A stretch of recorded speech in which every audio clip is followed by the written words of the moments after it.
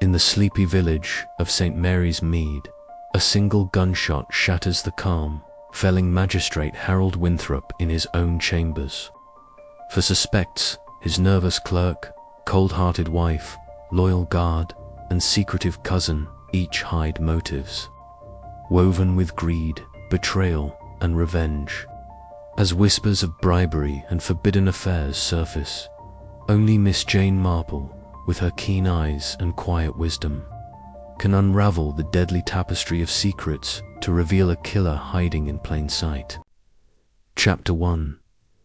The echo of a gunshot. The village of St. Mary's Mead lay nestled in a fold of the English countryside, where the days unfolded with the gentle predictability of a well-worn novel. Honeysuckle clung to stone walls, and the church clock chimed with a precision that reassured the villagers of life's steady rhythm. Yet, on an overcast afternoon in late spring, this rhythm was shattered by a single, sharp reporter gunshot that echoed through the courthouse, sending rooks scattering. From the elms outside, Magistrate Harold Winthrop, a man whose stern demeanor had shaped the village's justice for 2 decades, lay dead in his oak-panelled chambers, a bullet through his heart. His own revolver, a heavy antique with a polished walnut grip, rested on the Persian rug beside his desk, its barrel still warm. Miss Jane Marple, a slight figure with silver hair and eyes that missed nothing, was pruning her roses when the news reached her. Dolly Bantry, her friend and the village's most enthusiastic purveyor of gossip, arrived breathless at the cottage gate, her hat slightly askew. "Jane, it's dreadful," she gasped, clutching her shawl. "Harold Winthrop shot dead in his chambers. They're saying it happened at 3:15. The whole village is in a tizzy." Miss Marple set down her secateurs, her mind already turning like the pages of a ledger. "Dear me," she said softly, her voice as calm as the breeze stirring her garden. "Shot, you say, in the courthouse? That's most peculiar. Who was there, Dolly?" Mrs. Bantry, eager to impart every detail, leaned closer. "Only 4, they say. Thomas Reed, that nervous clerk of his always fidgeting with his pens. Eleanor Winthrop, his wife, who was there about some charity affair, though heaven knows she and Harold barely spoke civilly these days. Sergeant Cobb, the guard, was at the door, big, gruff man, used to be a soldier, and Dr. Baxter, Harold's cousin, poking about in the library. That's all they know so far. Inspector Hargreaves is there now, looking grim." Miss Marple's eyes narrowed, though her expression remained placid. "For people," she mused, "and one of them, perhaps, with a reason to end a life. We mustn't jump to conclusions, Dolly, but people are rarely as simple as they appear."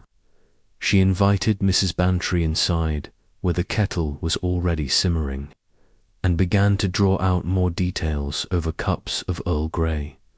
The courthouse, a Georgian building with tall windows and a clock tower, stood at the village's edge, its stone facade lending an air of unyielding authority. Harold Winthrop, at 50, had been its heart, a magistrate known for his rigid principles and a gaze that could silence a courtroom. Yet, Miss Marple knew such men often made enemies. She recalled snippets of village talk, whispers of harsh rulings, his strained marriage, and a certain coldness that kept even his kin at arm's length. "A man like that," she said to Mrs. Bantry, "collects grievances as others collect stamps." Inspector Hargreaves arrived shortly after, his face lined with the weariness of a man accustomed to human folly. A stocky figure in a tweed suit. He respected Miss Marple's insights, though he sometimes found her methods, those delicate probes into motive and character, rather unorthodox. "Miss Marple," he said, tipping his hat as he settled into her chintz-covered armchair. "I'd value your thoughts. It's a nasty business." Winthrop was alone in his chambers, or so we think. The shot was heard at 3:15 p.m., and we've for people who were in the building. No one else, according to the janitor. The revolver was his own, kept in his desk drawer. No sign of a struggle, but the window was open, though it's a sheer drop to the street. Miss Marple's needles clicked as she began a new row of knitting, her mind sifting through the facts. An open window, she said thoughtfully, might suggest an outsider, but in a courthouse, with a guard at the door. "No, Inspector, I think we must look to those four. A clerk, a wife, a guard, a cousin, each with their own reasons, perhaps, to wish him gone. Tell me, was the revolver loaded when he kept it?" Hargreaves nodded. "Always. He was particular about it, said a magistrate needed protection. But here's the odd thing. The bullet matches his revolver, and there's no sign anyone tampered with it. Whoever fired it knew exactly where to aim." Miss Marple's lips pursed slightly. "A single shot to the heart with his own weapon. That's not impulse, Inspector. That's calculation. We must learn more about these four, where they were, what they saw, and what they hide. People you know are like my roses. They show their blooms, but their roots are buried deep." As Hargreaves rose to leave, promising to share further findings, Miss Marple gazed out her window at the gathering dusk. The village seemed to hold its breath, as if waiting for her to unravel its latest secret. She thought of her nephew Raymond's tales of city crimes, so different from the quiet malice of St. Mary's Mead. Yet human nature, she knew, was the same everywhere, petty, passionate, and prone to betrayal. "We shall see," she murmured to her cat, Tuppence, who blinked lazily from the hearth. "We shall see who could not bear the weight of their own secrets." Chapter 2. The Clerk's nervous hands, the morning after the magistrate's murder. St. Mary's Mead buzzed with speculation, its narrow lanes alive with whispers that darted like minnows in a stream.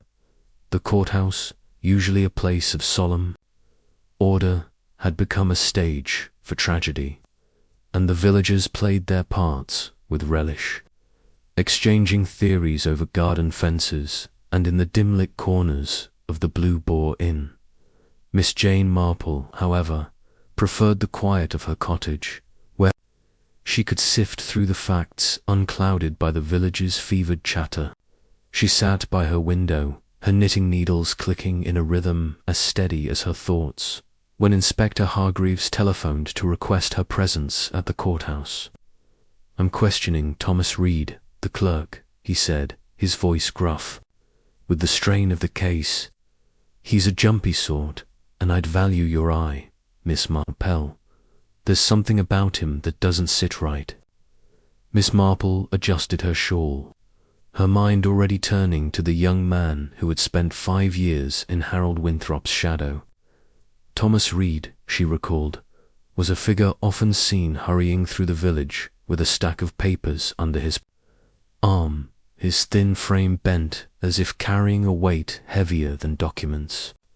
She had noticed him once at the post office, his fingers trembling as he counted out coins for a parcel, his eyes darting as though expecting pursuit. A nervous disposition, she murmured to herself, or perhaps a guilty one. She gathered her handbag, a sensible leather affair, and set out for the courthouse, her steps brisk despite the ache in her knees. The courthouse loomed at the edge of the village, its stone walls softened by ivy but stern in their symmetry. Inside, the air was cool and smelled of polish and old paper, a scent that spoke of countless judgments rendered within its walls. Inspector Hargreaves met her in the anteroom, a cramped space cluttered with filing cabinets and a single window overlooking the cobbled street. Thomas Reed sat at a small table, his hands clasped tightly before him, the knuckles white. He was a man of about 30, with a sallow complexion and hair that fell untidily over his forehead. His suit, though neatly pressed, was threadbare at the cuffs, and Miss Marple's sharp eyes caught a faint smudge on one sleeve, dark speck that might have been ink, or something more sinister. Mr. Reed, Hargreaves began, his notebook open. Let's go over it again. You were in the records room when the shot was fired at 3:15 p.m. yesterday. Is that correct? Reed nodded, his Adam's apple bobbing as he swallowed. Yes, sir. I was sorting case files, old ones, from the Grayson trial.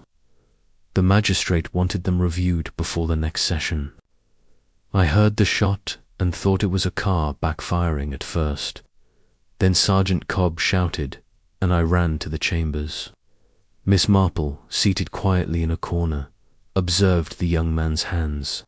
They twitched as he spoke, one finger rubbing compulsively against the other, as if trying to erase some invisible stain.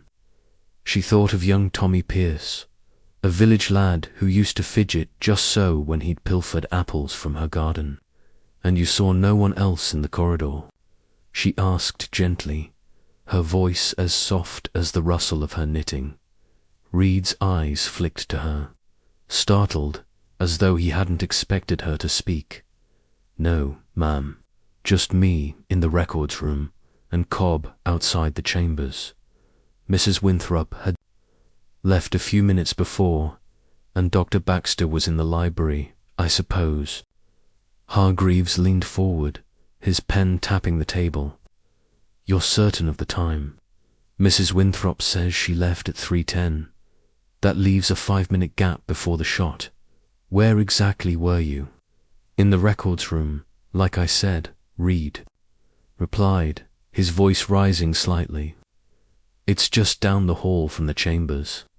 I didn't see or hear anything unusual until the shot. His fingers tightened, and Miss Marple noted a bead of sweat on his temple. Despite the coolness of the room, she tilted her head, her eyes as bright and inquisitive as a bird's. Mr. Reed, you must handle a great many documents for the magistrate. It's meticulous work, isn't it? I imagine it requires a steady hand, yet your hands seem rather restless today. Reed flushed, tucking his hands under the table. It's the shock, ma'am, finding Mr. Winthrop like that. Tit's not something you forget. Of course, Miss Marple said, her tone soothing but her gaze unrelenting. She had seen such nervousness before, in a maid who had once borrowed a silver spoon from the vicarage, her guilt betrayed by the same restless gestures. Reed's cuff, she noted again, bore that curious smudge. Ink, perhaps, but it had a faint metallic sheen, not unlike the residue she'd once seen on her nephew's shooting gloves after a day at the range. And the magistrate's revolver, she continued, did you ever have cause to handle it? I understand he kept it in his desk. Reed's eyes widened, and he shook his head vehemently. No, ma'am, never. That was his personal property. I stuck to my papers and ledgers. Hargreaves scribbled a note, his brow furrowed. We found the revolver on the rug, Mr. Reed.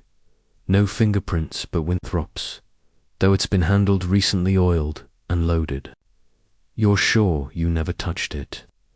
Positive, Reed said, but his voice faltered, and Miss Marple saw his left hand clench into a fist.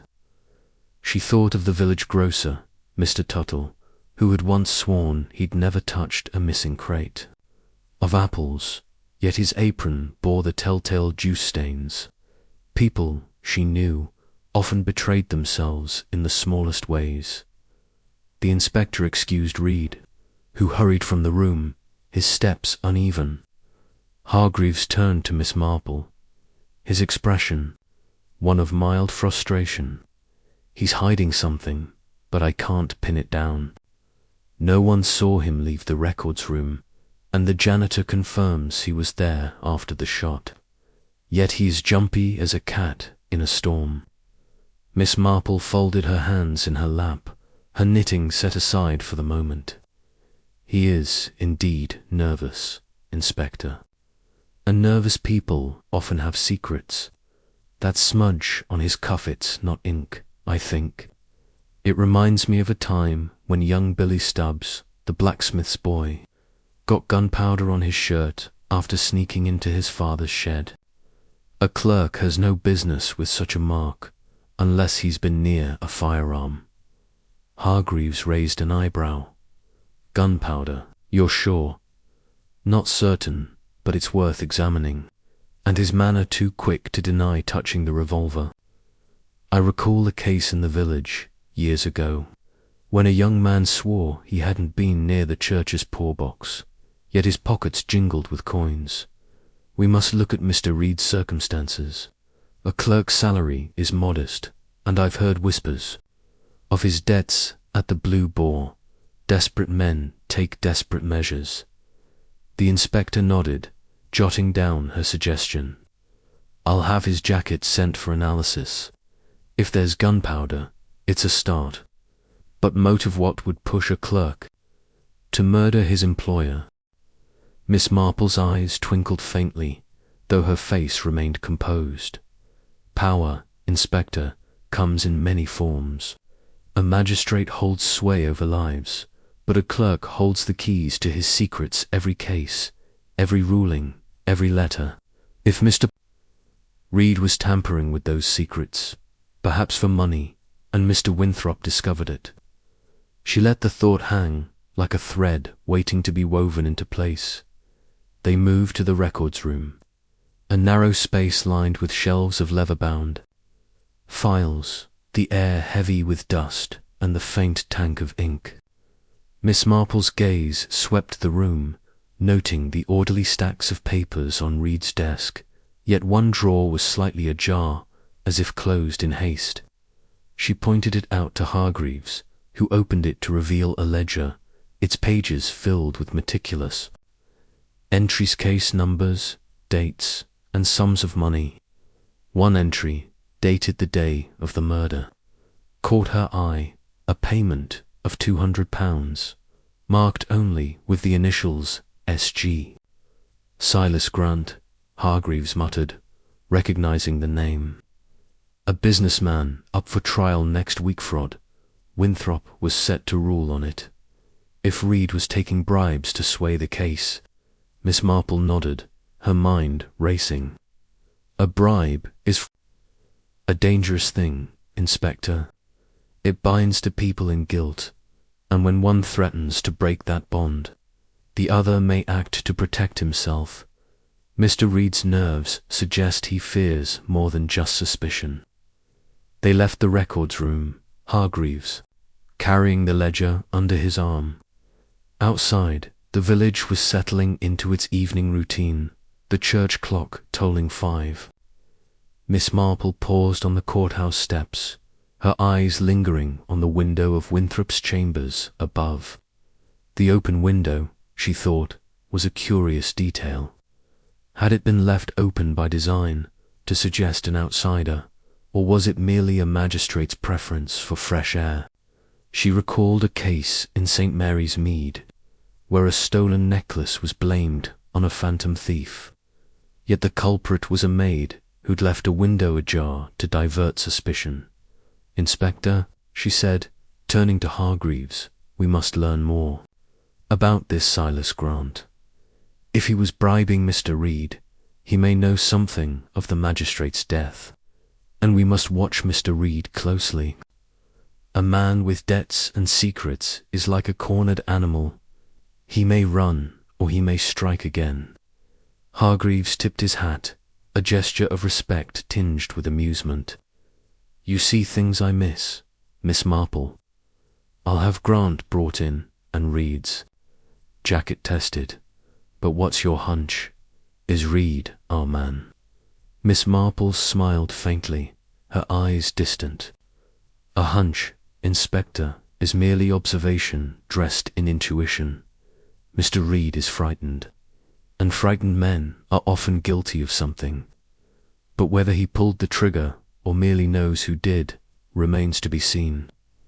People, you know, are like my knitting. One loose thread can unravel the whole pattern. As she walked back to her cottage, the village settling into twilight, Miss Marple's thoughts lingered on Thomas Reed, his nervous hands, the smudge, the ledger. They were pieces of a puzzle, but not yet the full picture. She thought of her old friend, Miss Hartnell, who once hid a gambling debt behind a facade of piety, her fingers trembling just as Reed's did. Human nature, Miss Marple knew, was a tapestry of flaws, and somewhere in this village a single thread waited to be pulled. Chapter 3. The wife's cold graced sun rose over St. Mary's Mead with a tentative warmth, as if reluctant to disturb the villagers' unease. The murder of Magistrate Harold Winthrop had cast a pall, and the villagers, usually so quick to resume their routines, moved with a hushed caution, their conversations laced with suspicion. Miss Jane Marple, however, found the morning air bracing as she walked the short distance to Winthrop Manor, a grand Georgian house perched on a rise overlooking the village. Inspector Hargreaves had arranged for her to join him in questioning Eleanor Winthrop, the magistrate's widow, and Miss Marple was eager to observe the woman whose icy composure had been the subject of much village talk. The manor's gates were wrought iron, their scrollwork gleaming despite the overcast sky.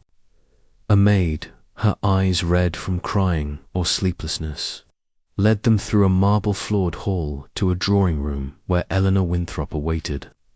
The room was a study in elegance. Velvet drapes in deep green, a crystal chandelier catching the weak light, and a fireplace where logs smouldered quietly. Eleanor stood by a tall window, her silhouette sharp against the glass. She was a woman of 40, statuesque, with raven hair swept into a severe chignon, and eyes that held a glacial calm. Her black morning dress, though appropriate, seemed more a statement of control than grief. Miss Marple noted the absence of a handkerchief, no tears, no trembling hands, only a stillness that spoke of iron resolve. Mrs. Winthrop, Hargreaves, began, settling into a plush armchair, his notebook balanced on his knee. "Thank you for seeing us. We're trying to piece together the events of yesterday afternoon. You were at the courthouse, I understand, shortly before your husband's death." Eleanor turned from the window, her movements deliberate, like a dancer measuring her steps. "Yes, Inspector. I arrived at 2:30 to discuss the annual charity gala. Harold was patron of the event, though his involvement was largely nominal. I left his chambers at 3:10. As the janitor can confirm, I heard no shot, saw nothing unusual." Her voice was clear, each word enunciated with precision, as if she had rehearsed her account. Miss Marple, seated on a brocade sofa, adjusted her spectacles and studied Eleanor's face. There was a brittleness to her composure, like porcelain, that might crack under the right pressure. She thought of Mrs. Clement, the vicar's wife, who once maintained a similar facade after her son ran off to London, hiding her pain behind perfect manners. "It must have been trying, Mrs. Winthrop," Miss Marple said gently, "to manage such duties with a husband so occupied by his work. The magistrate's role is a demanding one, is it not?" Eleanor's lips tightened, a flicker of irritation crossing her face before it smoothed again. "Harold was devoted to his duties, Miss Marple. We led separate lives in many ways, but that suited us both. He had his courtroom, I had my committees. We understood each other." Hargreaves glanced at Miss Marple, sensing her probing tone, then pressed on. You say you left at 3:10 p.m. The shot was fired at 3:15. That's a narrow window. Did you see anyone in the corridor, Mr. Reed, Sergeant Cobb, Dr. Baxter? No one, Eleanor replied, her gaze steady. The corridor was empty. Sergeant Cobb was at his post outside Harold's door, as always. I passed the records room, but the door was closed, and I didn't see Mr. Reed. As for Dr. Baxter, I believe he was in the library, though I didn't encounter him. Miss Marple's eyes drifted to Eleanor's hands, which rested on the back of a chair. Her fingers were bare of rings, save for a plain gold band, but a silver cigarette case on the side table caught her attention. It was engraved with the initials LB, not Eleanor's, nor her husband's, Miss Marple recalled. A similar case in the village, where a monogrammed locket had revealed a secret liaison. That's a handsome cigarette case, she remarked, her tone conversational. A gift, perhaps. Eleanor's hand moved to the case, her fingers brushing it lightly before she withdrew them. Yes, from a friend, she said, her voice clipped, a trinket, nothing more.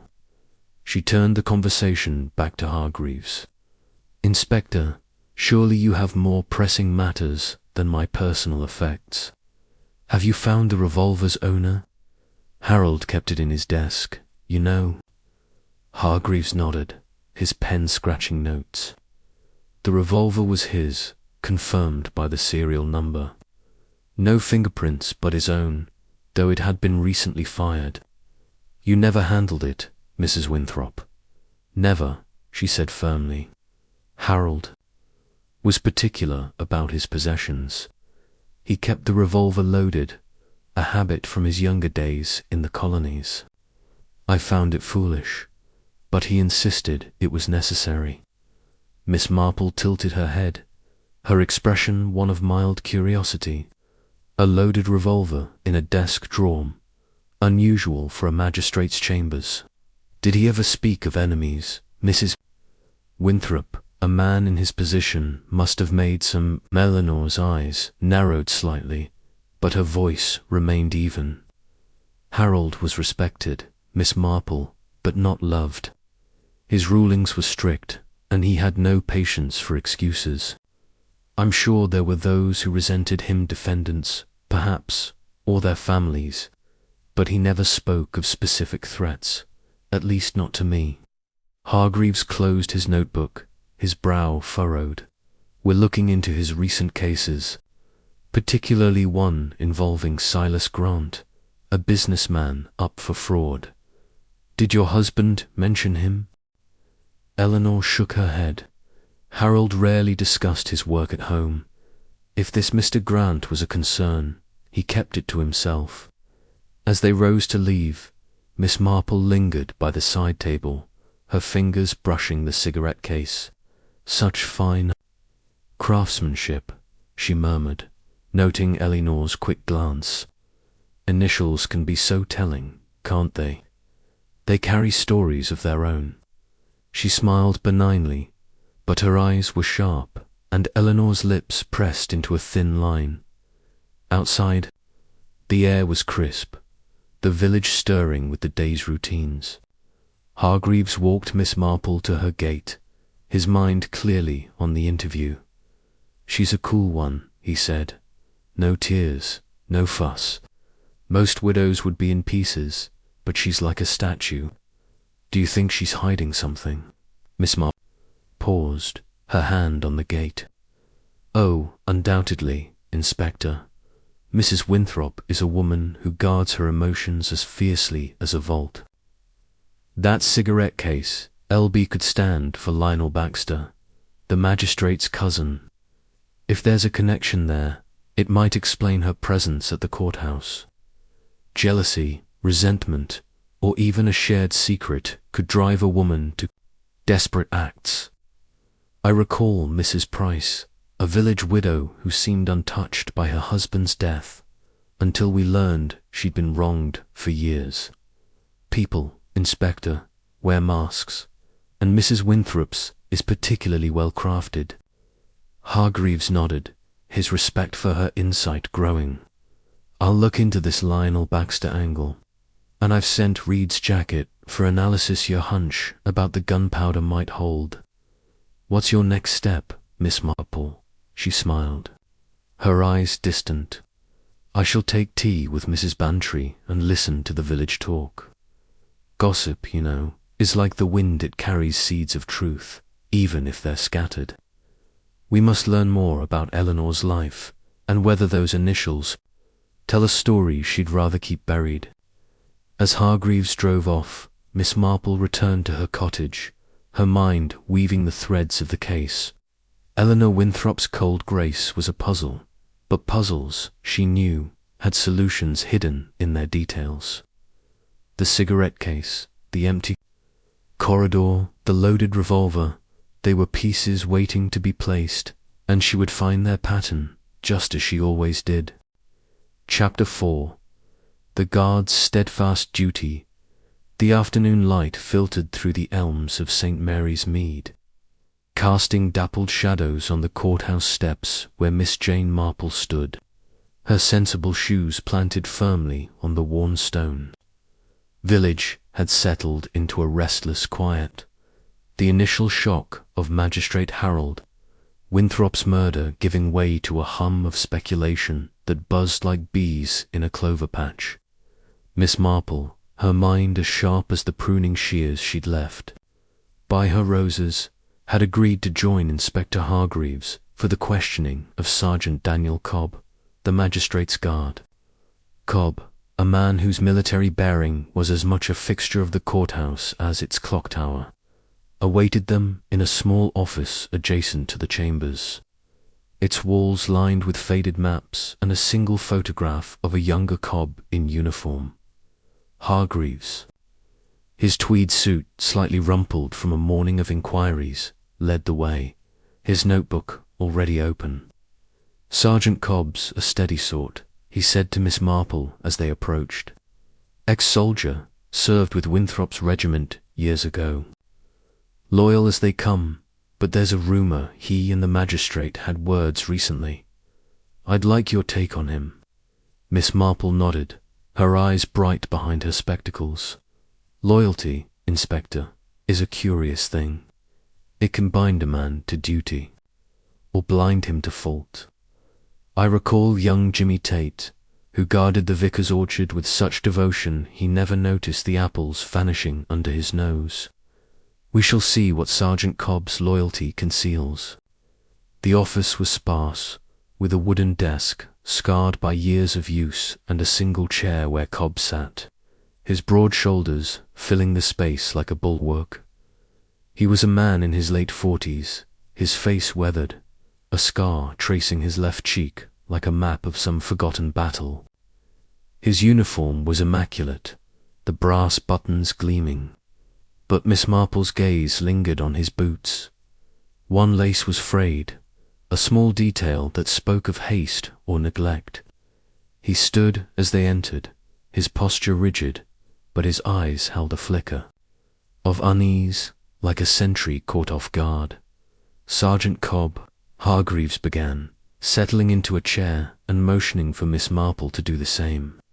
We're piecing together yesterday's events. You were stationed outside Mr. Winthrop's chambers at 3:15 p.m. when the shot was fired. Tell us exactly what happened. Cobb's voice was deep, steady as a drumbeat. I was at my post, sir, as always. Mrs. Winthrop left the chambers at 3:10, said she was done discussing the gala. I saw her to the main door, then returned to my station. No one else came or went. At 3:15, I heard the shot sharp, like a rifle crack. I rushed in and found the magistrate slumped over his desk, blood on his shirt. The revolver was on the rug. I didn't touch it, just called for the janitor to fetch help. Miss Marple tilted her head, her hands folded neatly in her lap. Most diligent watch, Sergeant. You saw no one else in the corridor. Not Mr. Reed, nor Dr. Baxter. No, ma'am, Cobb replied, his gaze meeting hers briefly before returning to Hargreaves. The corridor was empty. Reed was in the records. Room door closed. Dr. Baxter was in the library. I reckon I didn't see him. My job was to guard the magistrate's door, and I did. Hargreaves leaned forward, his pen tapping the desk. You're certain of the time? Mrs. Winthrop confirms she left at 3:10, and the shot came 5 minutes later. That's a tight window. For someone to slip in unnoticed. Cobb's jaw tightened, the scar on his cheek catching the light. No one slipped in, sir. I'd have seen them. The door's in plain view, and I was right there. Miss Marple's eyes drifted to the frayed bootlace, then to Cobb's hands, which rested on his knees. Steady but calloused, the hands of a man used to action rather than idleness. She thought of old Mr. Griggs, the village watchman, whose pride in his duty had once masked a lapse when he dozed during a theft. Sergeant, she said softly, guarding a door must be tiring work. Standing for hours. Did you ever step away, even for a moment? To stretch your legs, perhaps, or fetch a drink? Cobb's eyes flicked to her, a shadow crossing his face. I didn't leave my post, ma'am. Not once. I knew my duty. Hargreaves glanced at Miss Marple, sensing her gentle probe, then pressed further. There's talk, you and Winthrop argued last week something about unpaid overtime. Care to explain? Cobb's face reddened, but his voice remained even. A misunderstanding, sir. I'd been working extra hours, covering for a sick colleague. The magistrate promised to sort it with the council, but it hadn't come through. I mentioned it, maybe sharper than I meant, but it was nothing serious. I'd never harm him. He was a good man, fair in his way. Miss Marple smiled faintly, her mind turning to the frayed lace. A soldier's discipline is admirable, Sergeant, but even the best can be distracted. I recall a young man in the village, a gardener, who swore he never left his post, yet a rosebush was uprooted in his absence. Small lapses can have large consequences. Cobb's eyes narrowed, but he said nothing, his fingers tightening briefly. On his knees, Hargreaves made a note, then stood. That's all for now, Sergeant. Don't leave the village. We may need to speak again. As Cobb left, his boots heavy on the floor, Miss Marple rose and approached the corridor outside the chambers. It was a narrow passage, its walls lined with portraits of past magistrates, their eyes seeming to follow her. She noted a side door, half hidden by a bookcase, leading to the records room. Inspector, she said, pointing, this doorway does it lead? Hargreaves frowned, opening it to reveal a short passage connecting to the records room. I hadn't noticed this. It's rarely used, I'm told mostly for moving files. You think someone could have used it to reach the chambers? Possibly, Miss Marple said, her tone thoughtful. A guard at the main door might miss someone slipping through here, especially if distracted.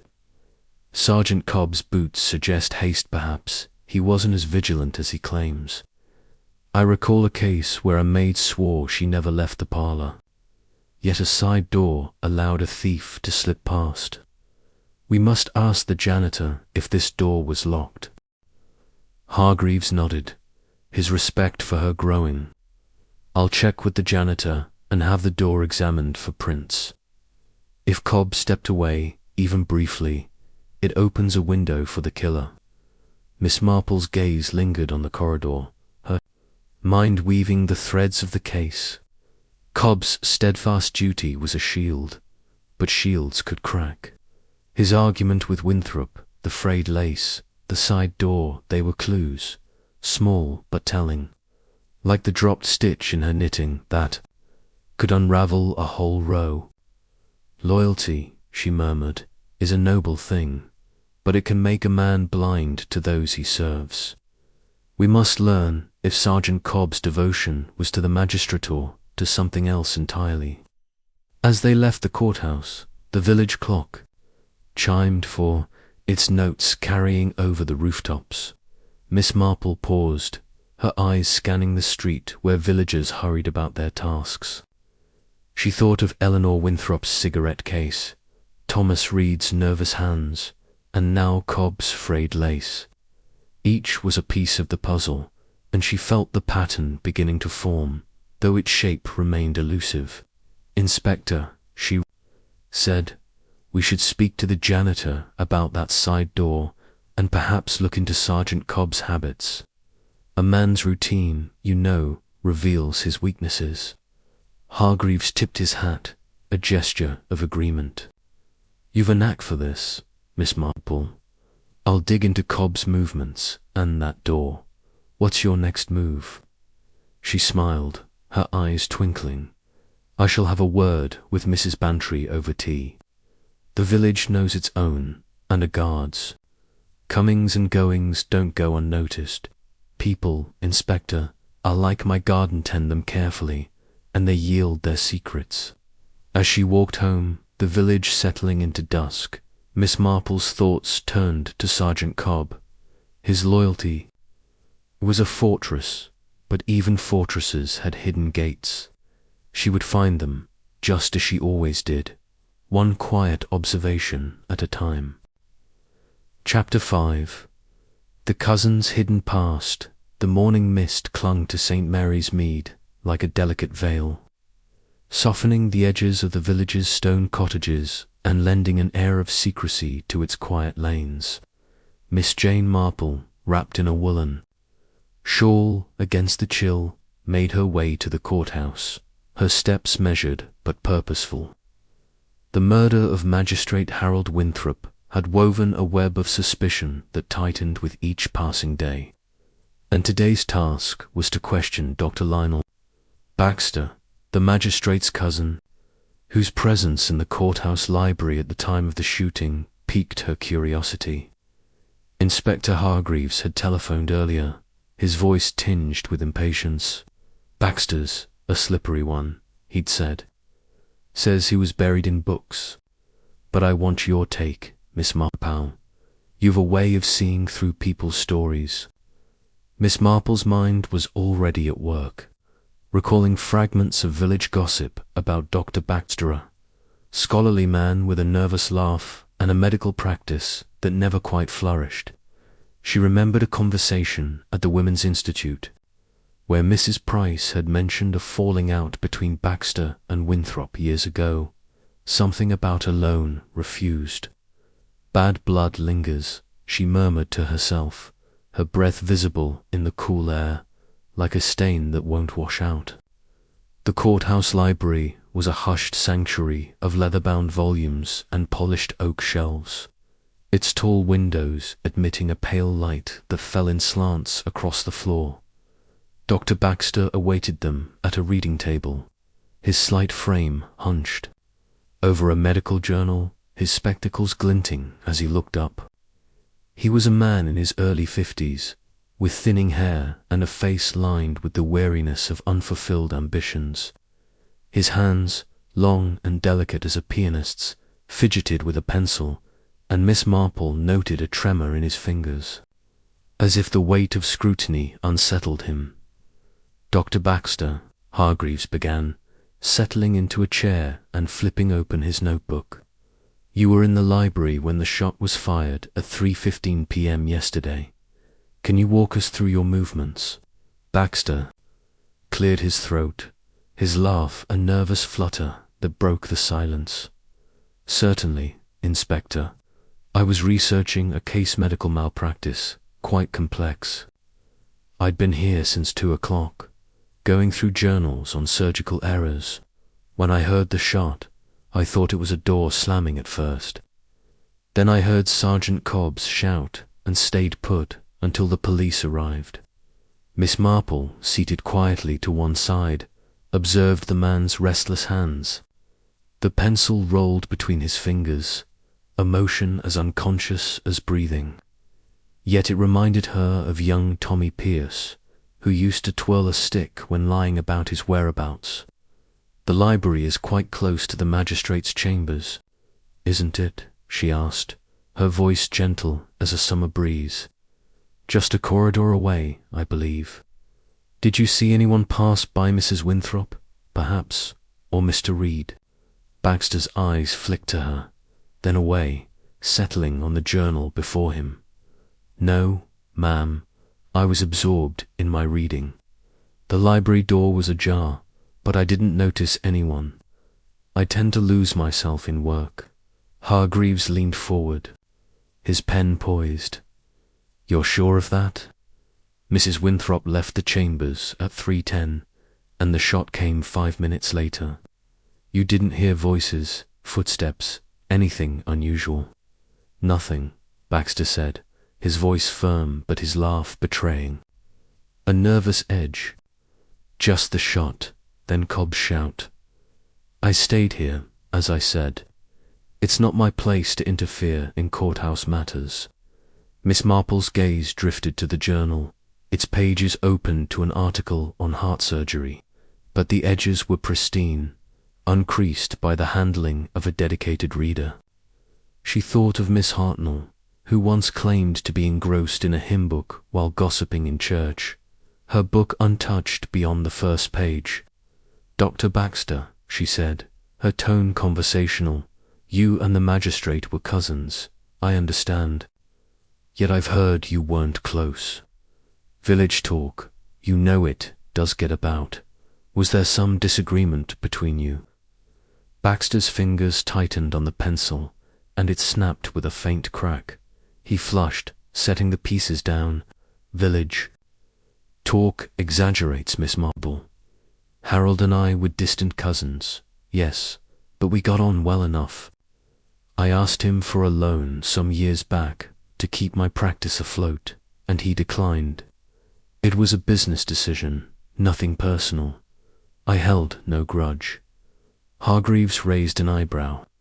A loan refused can sting, Dr. Baxter, especially for a man struggling to keep his practice going. You were in the courthouse often, weren't you?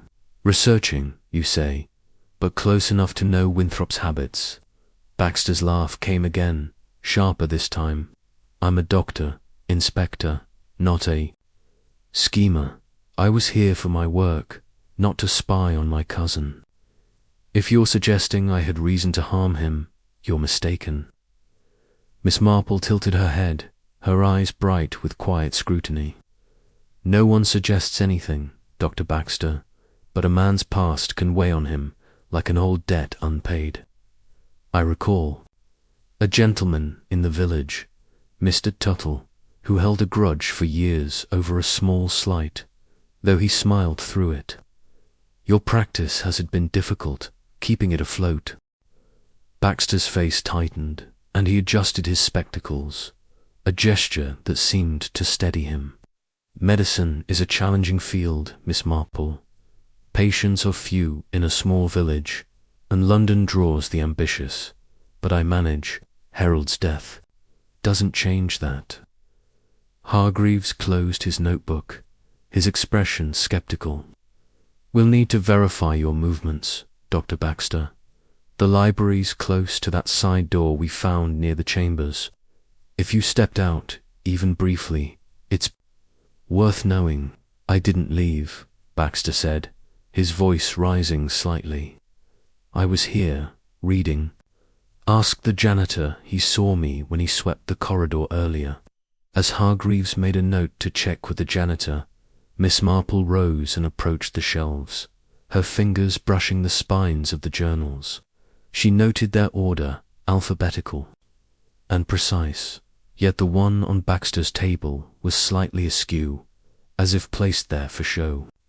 These journals are most impressive, she said, turning to him. A doctor's knowledge is a powerful thing, isn't it? To know exactly where to strike, to make a single shot count, it's almost surgical.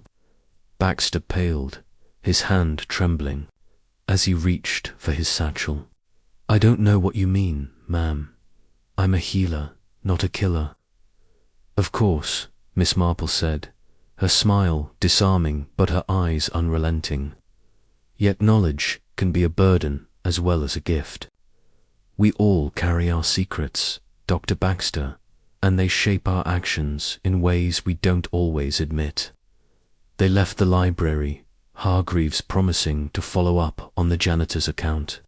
Outside, the mist had lifted, revealing the village in sharp relief. Cottages huddled together, their chimneys trailing smoke like whispers of the truth. Hargreaves turned to Miss Marple, his brow furrowed. "He's nervous, no doubt about it. That broken pencil, that laugh, something's eating at him. But his alibi's thin, and the library's too close to the chambers for comfort. What's your read?" Miss Marple adjusted her shawl, her gaze lingering on the courthouse's clock tower. "Dr. Baxter is a man under strain, Inspector, like a watch wound too tight. His past with the magistrator refused loan. A struggling practice gives him reason to resent. Yet his nervousness feels more like fear than guilt. I recall a young curate who trembled when questioned about a missing collection plate, not because he stole it, but because he feared suspicion. We must learn if Dr. Baxter fears for himself or for another." Hargreaves nodded, jotting down her words. "I'll dig into his practice debts, patience, anything that might link him to Winthrop beyond family, and that side door if he used it, we'll find out." Miss Marple smiled faintly, her mind weaving the threads of the case. "Yes, and we must consider that cigarette case of Mrs. Winthrop's, with its LB initials. Could it be Lionel Baxter's? A connection there might shift the pattern. People, Inspector, are like my knitting. One dropped stitch can change the whole design." As they parted, Hargreaves heading to the police station and Miss Marple too. Her cottage, she paused to watch a group of children playing in the street. Their laughter a stark contrast to the courthouse's grim secrets. Baxter's trembling hands, his pristine journal, his nervous laugh, they were clues. Small but telling, like the first signs of frost on her roses. She would unravel them, she knew, with the patience of one who understood that truth. Like a garden, required careful tending. Chapter 6. The Threads of Motive. The late afternoon sun cast long shadows across St. Mary's Mead, gilding the thatched roofs and softening the stark outline of the courthouse, which stood as a silent sentinel to the village's recent tragedy. Miss Jane Marple sat in her cottage parlour, the fire crackling softly in the grate, her knitting a familiar companion in her lap. The murder of Magistrate Harold Winthrop had stirred the village like a stone dropped in a still pond, and the ripples of suspicion now lapped at 4 souls: Thomas Reed, Eleanor Winthrop, Sergeant Daniel Cobb, and Dr. Lionel Baxter. Each had been near the chambers when the fatal shot rang out, and each, Miss Marple knew, carried secrets that might unravel the truth. She had returned from her courthouse visits with a mind full of observations, and now, as the clock ticked toward evening, she spread her notes on the tea table, determined to weave the threads into a coherent pattern. Her cat, Tuppence, blinked lazily from a cushion, as if sensing the gravity of her thoughts. "You see, Tuppence," Miss Marple said, her voice a gentle murmur, "people are like my knitting. Each stitch seems simple, but together they form a design that tells a story. We must find the story behind Mr. Winthrop's death." She adjusted her spectacles, her eyes scanning the neat handwriting that detailed her encounters with the suspects. Thomas Reed, the clerk, was a man teetering on the edge of desperation. His nervous hands, the gunpowder smudge on his cuff, and the ledger with its cryptic entry of £200 from S.G. Likely Silas, Grant pointed to bribery. Miss Marple recalled a village grocer, Mr. Tuttle, who had once taken illicit payments to favour certain suppliers, his guilt betrayed by the same furtive glances Reed displayed. If Winthrop had discovered Reed's corruption, it would have given the clerk a motive to silence him, especially with a trial looming. Yet Reed's fears seemed too raw, too immediate, as if he dreaded more than just discovery. Eleanor Winthrop, the magistrate's widow, was a study in control, her cold grace masking a life of quiet resentment. Her marriage to Winthrop had been strained, village gossip hinting at his dalliances and her isolation. The silver cigarette case with LB initials suggested a connection to Lionel Baxter, perhaps an affair which could have fueled jealousy or a desire for freedom. Miss Marple thought of Mrs. Price, who had endured her husband's neglect with a similar stoic facade, only to act decisively when pushed too far. Eleanor's presence in the chambers minutes before the shot placed her close to the crime, but her alibi, corroborated by the janitor, held firm. Was she a wronged wife, seeking vengeance, or merely a bystander in a larger scheme? Sergeant Daniel Cobb, the guard, presented a paradox of loyalty and lapse. His military bearing and steadfast duty were unquestioned, yet the frayed bootlace and the side door's existence hinted at a moment of inattention. His argument with Winthrop over unpaid overtime suggested a grievance, however minor. Miss Marple recalled young Jimmy Tate, the orchard guard, whose pride in his post had blinded him to his own failures. Could Cobb's devotion have been exploited? His brief absence orchestrated to allow the killer access. The side door, rarely used, was a tantalizing clue. Its lock, untested but promising answers. Dr. Lionel Baxter, the cousin, was a man of intellect shadowed by failure. His struggling practice and the old wound of Winthrop's refused loan gave him reason to resent his cousin. His nervous laugh and untouched journal in the library suggested a flimsy alibi, and his proximity to the side door made him a plausible suspect. Miss Marple thought of a curate who once hid his envy behind a mask of humility, his resentment simmering until it boiled over. Baxter's medical knowledge would ensure a precise shot, yet his fear seemed to stem from something beyond. Guilt, perhaps knowledge of another's crime. The LB on Eleanor's cigarette case gnawed at her. Was it a link to Baxter or a coincidence? The revolver itself was a puzzle. Winthrop's own, kept loaded in his desk. It bore only his fingerprints, suggesting a careful killer or a staged scene. Why use the magistrate's weapon unless to imply suicide or deflect suspicion? Miss Marple recalled a theft in the village, where a stolen brooch was left in plain sight to confuse the trail. The open window in the chambers was another anomaly perhaps, a red herring to suggest an outsider, though the sheer drop made escape unlikely.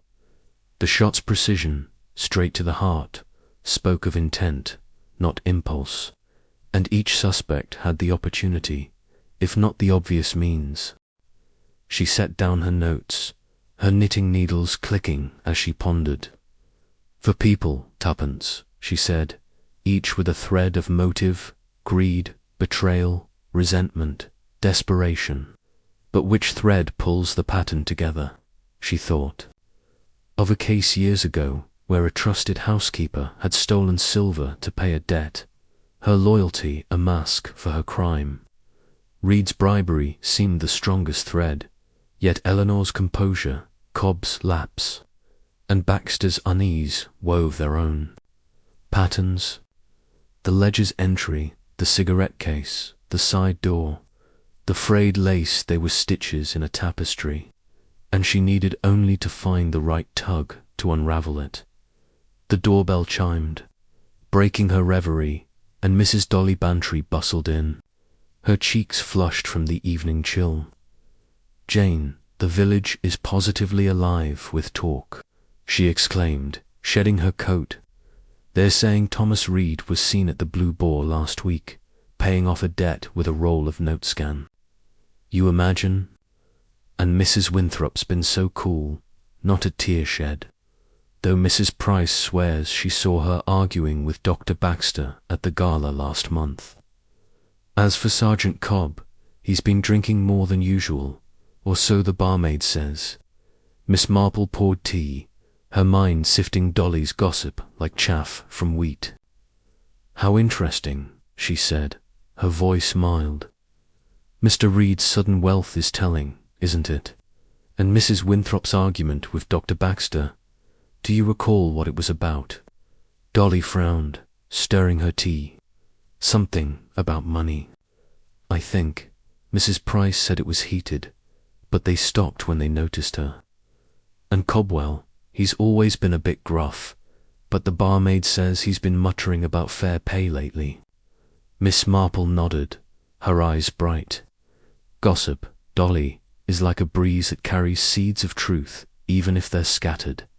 Mr. Reed's debts, Mrs. Winthrop's secrets, Sergeant Cobb's grievances, Dr. Baxter's past their all. Part of the pattern. We must learn more about this Silas Grant, the businessman in the ledger. If he was bribing Reed, he may know something of Winthrop's death." Dolly leaned forward, her eyes wide. "Do you think Reed did it, Jane? Or Mrs. Winthrop? She's so cold, it's unnatural." Miss Marple smiled faintly, her needles pausing. "Unnatural, perhaps, but human. People hide their pain in different ways, Dolly. Mrs. Winthrop's calm may be her armor, just as Reed's nerves are his confession. We must be patient. The truth, like a good stitch, reveals itself in time."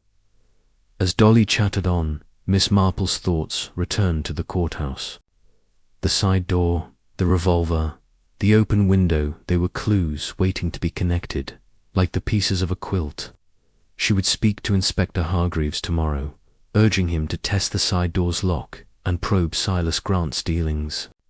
For now, she sipped her tea, her mind as clear and sharp as the firelight, knowing that the truth, however hidden, could not escape her quiet scrutiny. Chapter 7. The Powder Trail. The morning air in St. Mary's Mead carried a crisp edge, as if the village itself were holding its breath, wary of the secrets stirred by Magistrate Harold Winthrop's murder. Miss Jane Marple, her shawl draped neatly over her shoulders, stepped into the courthouse with the quiet determination of one accustomed to unraveling life's knottier threads. The building, usually a bastion of order, felt unsettled, its corridors echoing with the faint hum of suspicion. Inspector Hargreaves had summoned her to review new evidence, his voice over the telephone tinged with a cautious excitement. "We've got something on Reed's jacket," he'd said. "You were right about that smudge, Miss Marple. I'd like you to see the chambers, a guigneur. I catches what mine misses." Miss Marple's mind was already weaving through the cases, intricacies as she walked the familiar path from her cottage. Thomas Reed's nervous demeanour, Eleanor Winthrop's icy reserve, Sergeant Daniel Cobb's lapse, and Dr. Lionel Baxter's uneasy laugh formed a pattern. But it was the clerk's smudged cuff that had snagged her attention like a loose stitch. She recalled a village incident years ago, when a boy's gunpowder-stained hands betrayed his mischief with fireworks. "Small marks tell large tales," she murmured, her eyes bright with anticipation. Hargreaves met her in the courthouse anteroom. His tweed suit creased from a night of poring over reports. "The lab results came in," he said, handing her a typed sheet. Reed's jacket had traces of gunpowder on the right cuff, faint but unmistakable. He claimed he handled Winthrop's revolver days earlier, cleaning it for him, but I'm not buying it. A clerk doesn't polish his employer's gun. Miss Marple scanned the report, her lips pursing slightly. Most irregular, indeed, she said. A clerk's duties are papers and pens, not firearms. I recall young Billy Stubbs, who swore he'd only been near his father's shed to fetch tools, yet his sleeves told a different story. We must ask Mr. Reed how such a mark came to be, and why he was so quick to deny touching the revolver. They moved to the magistrate's chambers, a somber room with heavy oak furniture and shelves lined with legal tomes. The desk, where Winthrop had met his end, bore a faint burn mark near the edge, a subtle scorch that caught Miss Marple's eye. She bent closer, her spectacles glinting in the light from the tall windows. "This mark," she said, pointing, "it's not from a cigarette or a match. It's too precise, too close to where the magistrate sat. Could the revolver have been fired from here, at point-blank range?" Hargreaves nodded, crouching beside her. "The coroner's report supports that bullet entered straight through the heart, no angle, suggesting the shooter stood directly in front of him. No signs of a struggle. Winthrop didn't even stand up." Miss Marple straightened, her gaze sweeping the room. The Persian rug, where the revolver had been found, was slightly askew, as if someone had nudged it in haste. The open window, a detail that had puzzled her from the start, admitted a faint breeze, stirring the curtains. An open window in a guarded room, she mused. It's like a stage prop, meant to mislead. I recall a theft at the vicarage, where a broken latch was staged to suggest a burglar when the culprit was already inside. Hargreaves rubbed his chin, following her gaze. "You think it's a distraction? No one could have climbed in or out, the drop's too steep, and the janitor saw no one outside. But it could have been opened to throw us off." "Precisely," Miss Marple said, her voice soft but firm. "The revolver, the window, the burn mark, they're pieces of a puzzle, Inspector. And Mr. Reed's gunpowder suggests he's more than a bystander.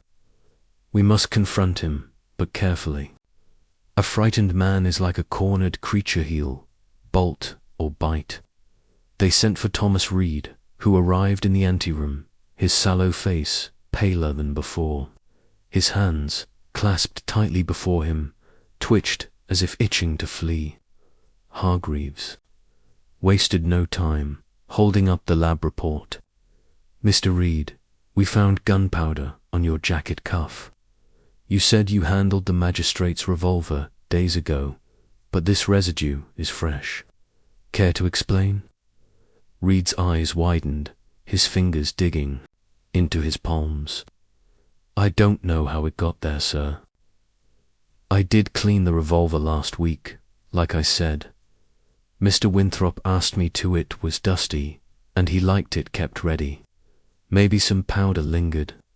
Miss Marple tilted her head, her expression one of mild curiosity. "A week-old residue, Mr. Reed. That's most unusual. Gunpowder is a clingy thing, but not so stubborn. I recall a lad in the village who tried to blame a smudge on his coat for an old prank, but science told the truth. Why were you handling a loaded revolver at all? Surely that's not a clerk's task." Reed's Adam's apple bobbed as he swallowed hard. "It was just that once, ma'am, Mr. Winthrop was particular about his things. He trusted me with it." Hargreaves leaned forward, his voice stern. "Trusted you, yet you're in debt, aren't you? We've heard talk at the Blue Boar, big sums owed, then suddenly paid off. And that ledger in your desk, with an entry for £200 from S.G. Silas Grant, I presume. Were you taking bribes to sway Winthrop's rulings?" Reed's face crumpled, his hands flying to his head. "I didn't kill him. Yes, I took money. From Grant, small amounts, to fix papers, delay cases. But I swear, I didn't shoot Mr. Winthrop. He was on to me, said he'd expose me if I didn't confess. I was scared, but I didn't scared enough to kill." Hargreaves pressed, his eyes narrowing. "No," Reed cried, his voice breaking. "I was in the records room, like I said. I heard the shot, ran to the chambers. I didn't touch the gun that day." Miss Marple's eyes softened, but her scrutiny remained sharp. "Fear, Mr. Reed, can drive a man to desperate acts. I recall a shop assistant who stole from the till to pay a debt, swearing he meant no harm. Yet harm was done. If you didn't fire the shot, did you see anyone near that side door by the records room?" Reed shook his head, his eyes darting to the floor. "No, ma'am, the door was closed. I didn't see anyone." Hargreaves excused him, noting his trembling as he left. Turning to Miss Marple, he said, "He's lying about something, but I can't tell if it's murder or just the bribes. That gunpowder's damning, though. And if Winthrop was about to expose him, it's a motive." Miss Marple nodded, her knitting needles clicking as she resumed her work. "Indeed, Inspector. The gunpowder places him near the crime, but his fear suggests he's not the whole story. The side door troubles, midst a convenient, connecting the records room to the chambers. We must test its lock and ask the janitor if it was used. And Silas Grante's role in this bribery may hold the key." Hargreaves made a note, his respect for her growing. "I'll have the door checked for prints and bring Grant in for questioning. You think Reed's covering for someone?" "Possibly," Miss Marple said, her voice thoughtful. "Or he's protecting himself from a larger truth. People, Inspector, are like my garden roses. They bloom brightly, but their thorns hide in shadow. Mr. Reed's thorns are his debts and bribes, but there may be another hand guiding the shears." As they left the chambers, the courthouse clock chimed noon, its notes a solemn reminder of time's unyielding march. Miss Marple paused, her gaze lingering on the burn mark, the rug, the window. The powder trail led to Reed, but it branched toward others. Eleanor's secrets, Cobb's lapse, Baxter's unease. She would follow it, she knew, with the patience of one who understood that truth, like a well-tended plant, revealed itself only to those who waited. Chapter 8. The cigarette case. The afternoon in St. Mary's Mead unfolded with a deceptive calm. The village's cobblestone streets bathed in the soft glow of a sun that seemed reluctant to probe the shadows of Magistrate Harold Winthrop's murder.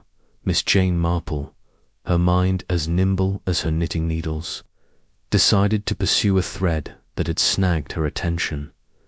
The silver cigarette case in Eleanor Winthrop's possession, engraved with the initials L.B. Its presence in the widow's drawing room had struck her as more than a mere trinket, and the possibility that it linked Eleanor to Dr. Lionel Baxter stirred her curiosity like a breeze through her roses.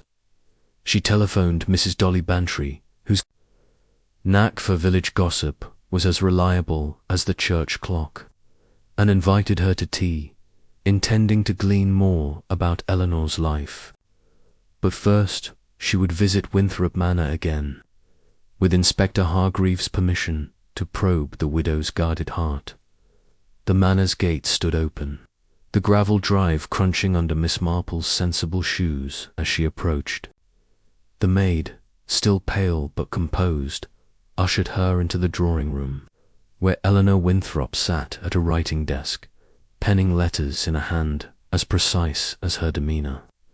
The black morning dress accentuated her statuesque frame, but her eyes, when they met Miss Marple's, held a flicker of wariness, like a deer sensing a hunter's step.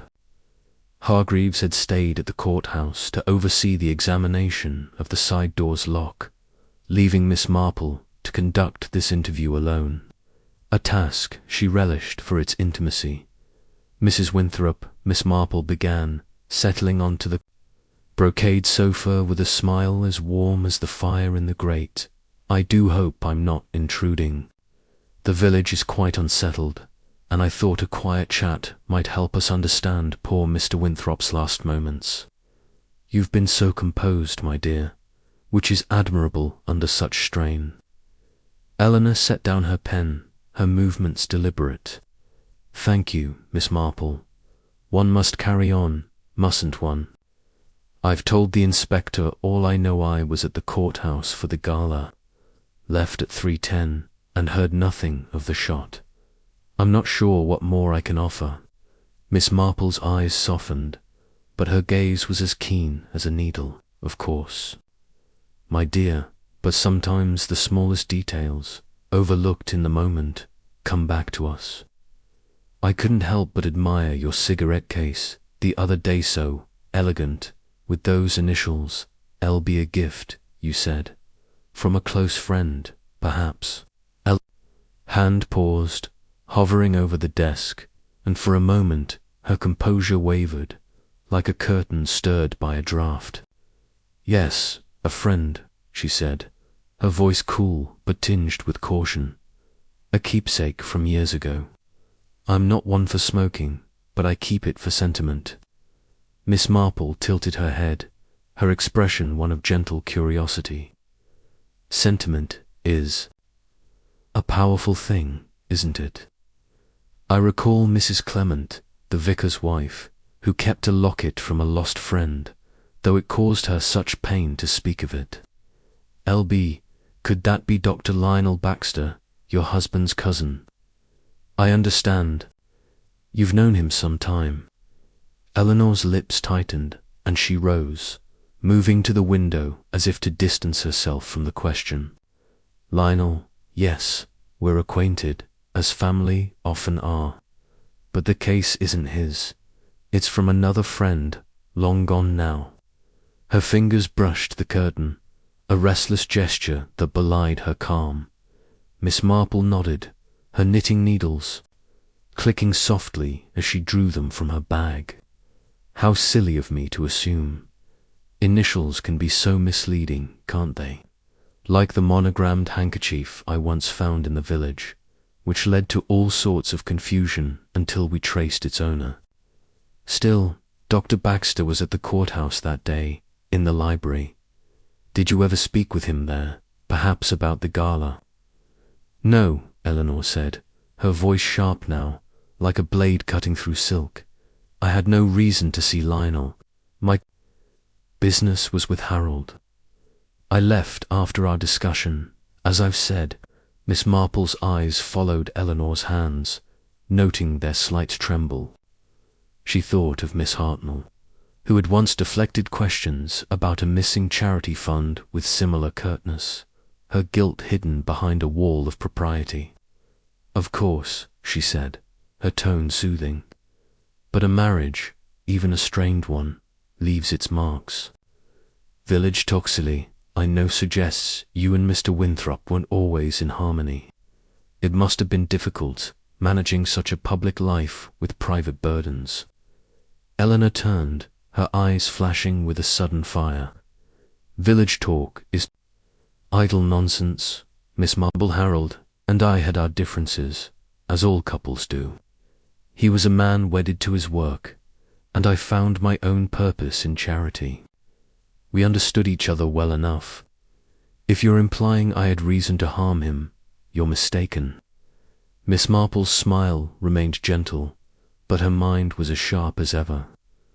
Oh, my dear, I imply nothing. I only think of how hard it must be to carry such a loss so gracefully. I recall a widow in the village, Mrs. Price, who seemed so strong after her husband's death, yet her heart was breaking. Sometimes those closest to us hurt us most, don't they? Eleanor's gaze faltered, and she returned to her desk, her fingers brushing the cigarette case before she tucked it into a drawer. If you'll excuse me, Miss Marple, I have letters to finish. I've told you all I know. Miss Marple rose, her knitting tucked away. Of course, my dear, I shan't keep you. But if anything comes to mind, any small detail, it may help us find the truth. She paused at the door, her eyes lingering on the drawer. Small things, you know, can tell such large stories. As she left the manor, the village was settling into its afternoon rhythm, the church clock tolling 3. Miss Marple walked slowly, her thoughts circling the cigarette case. Its initials, Eleanor's evasion, the village whispers of an argument. With Baxter, they suggested a connection, perhaps an affair that could have fueled resentment or collusion. She recalled a case where a monogrammed scarf had revealed a secret romance, appending a theft investigation. Eleanor's composure was a shield, but shields, she knew, could hide wounds dotted her cottage. Dolly Bantry arrived for tea, her eyes alight with the latest gossip. "Jane, you'll never believe it," she exclaimed, settling into a chintz armchair. "Mrs. Price swears she saw Eleanor and Dr. Baxter at the gala last month, whispering in a corner, looking quite intimate. And then they argued something about promises broken. She couldn't hear it all, but Eleanor was furious." Miss Marple poured tea, her mind weaving Dolly's words into the pattern. "How very interesting," she said. "An argument, you say, that might explain the cigarette case. LB could indeed be Lionel Baxter, and if they were close, it changes things. I recall a young couple in the village whose secret meetings led to all sorts of trouble when discovered. If Eleanor and Baxter had an affair, it might have given them a shared motive against Mr. Winthrop." Dolly leaned forward, her cup forgotten. "An affair? Oh, Jane, do you think Eleanor could have done it, or Baxter? They were both at the courthouse." Miss Marple's needles clicked, her eyes distant. "It's possible, Dolly, but we mustn't leap. Eleanor's alibi holds she left before the shot, and the janitor saw her go. Baxter was in the library, or so he claims, yet the cigarette case ties them, and secrets like that can fester. We must learn more about their relationship, and whether it led to betrayal or worse." As Dolly chatted on, Miss Marple's thoughts returned to the courthouse. The gunpowder on Reed's cuff, the side door, Cobb's lapse, and now the cigarette case. They were threads in a tapestry, each pulling at the others. She would urge Hargreaves to probe Baxter's movements and Eleanor's past with him. For now she sipped her tea, her mind as clear as the firelight, knowing that the truth, like a well-placed stitch, would hold the pattern together. Chapter 9. The guard's oversight. The evening light in St. Mary's Mead had softened to a golden haze, wrapping the village in a deceptive tranquility that belied the tension of Magistrate Harold Winthrop's unsolved murder. Miss Jane Marple sat in her cottage, her knitting needles pausing as she considered the threads of the case, each suspect a stitch in a pattern that grew clearer yet more intricate with each revelation.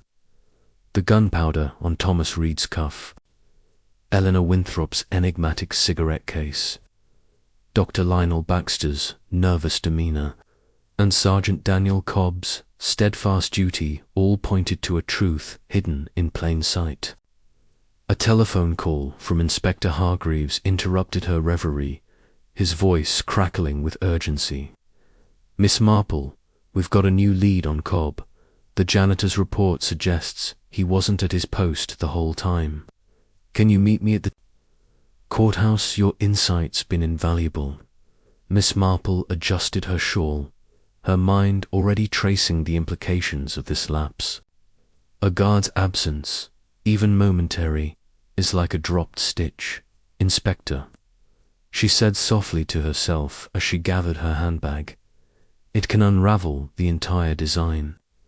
She stepped into the cool evening, the village streets quiet save for the distant clatter of a milk cart and made her way to the courthouse, where the stone facade loomed like a silent witness to the crime. Hargreaves met her in the anteroom, his face etched with the fatigue of a case that refused to yield its secrets easily. The janitor, old Mr. Perkins, came forward this morning, he said, flipping open his notebook. He says Cobb stepped away from his post for a couple of minutes just before 3:15 p.m. to fetch water from the fountain down the hall. Perkins was sweeping nearby and saw him go. It's a small window, but enough for someone to slip into the chambers unnoticed. Miss Marple's eyes brightened, though her expression remained composed. 2 minutes, she mused, is a lifetime. In a murder, Inspector, I recall a theft at the vicarage, where a maid's brief absence from the parlour allowed a thief to slip through a side door. We must see this fountain and the path Sergeant Cobb took. They moved to the corridor outside Winthrop's chambers, a narrow passage lined with stern portraits and a single window overlooking the village square. The fountain, a modest brass fixture, stood at the far end, near the staircase to the library. Miss Marple noted its distance from the chambers, 20 paces, enough for a guard to be out of sight, but not out of earshot.